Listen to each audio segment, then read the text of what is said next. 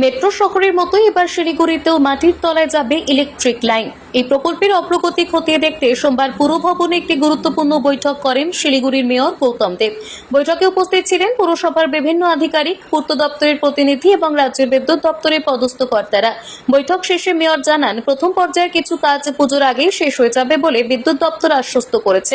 তবে সরু রাস্তাগুলিতে সমস্যা হচ্ছে, কারণ একই জায়গা দিয়ে জল, বিদ্যুৎ এবং সেন্ট্রাল গ্যাস লাইন পাতার কাজ চলছে। বৈঠকে গ্যাস লাইনের কাজ যারা করছেন সেই সংস্থার প্রতিনিধিদের ডাকা হলেও তারা বৈঠকে আসেননি। বিষয়টি পুরসভার তরফে গুরুত্ব দিয়ে দেখা হচ্ছে এবং তাদের ফের চিঠি পাঠানো হবে। একসঙ্গে ভূগর্ভস্থ ইলেকট্রিক লাইন, জল সরবরাহ এবং গ্যাস সংযোগের কাজ শহরের পরিকাঠামোকে নতুন উচ্চতায় পৌঁছে দেবে বলেই মনে করছে প্রশাসনিক মহল। আমাদের পুজোর আগে আগস্ট মাসের মধ্যে ওরা বেশ কিছু রাস্তা আমাদের হ্যান্ডওভার করে দেবে। সব রাস্তাগুলো ওরা তো একবারে দিতে পারবে না, ফেজ ওয়াইজ ম্যানারে রাস্তাগুলো দেবে।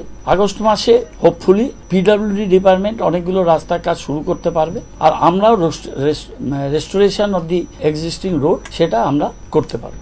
টাফ কাজ এটা, কারণ অনেকটা ছোট ছোট রাস্তা আছে, অনেক বেশিরভাগ রাস্তায় একদিক দিয়ে জলের লাইন গেছে, তার উপরে এখন আন্ডারগ্রাউন্ড কেবল যাচ্ছে, তারপরে সেখানে এলটি লাইনও যাচ্ছে এবং সেখান থেকে সার্ভিস কানেকশন হবে, এবং এখানে কিন্তু গ্যাসের লাইনগুলো অনেকটা যাবে। এখানে গিএলের কাজটা করছে এইচপিসিএল আজকে আসেনি, আমাদের অফিসারদের থেকে ওদের কাছে আরেকটা চিঠি আমাদের যাবে। তারা যদি এখন না আসে, পরবর্তীকালে যখন এই লাইনগুলো লেইং হয়ে যাবে ফাইনাল, তখন কিন্তু এই আন্ডারগ্রাউন্ড গ্যাস যাবার ক্ষেত্রে অনেক সমস্যা তৈরি হবে।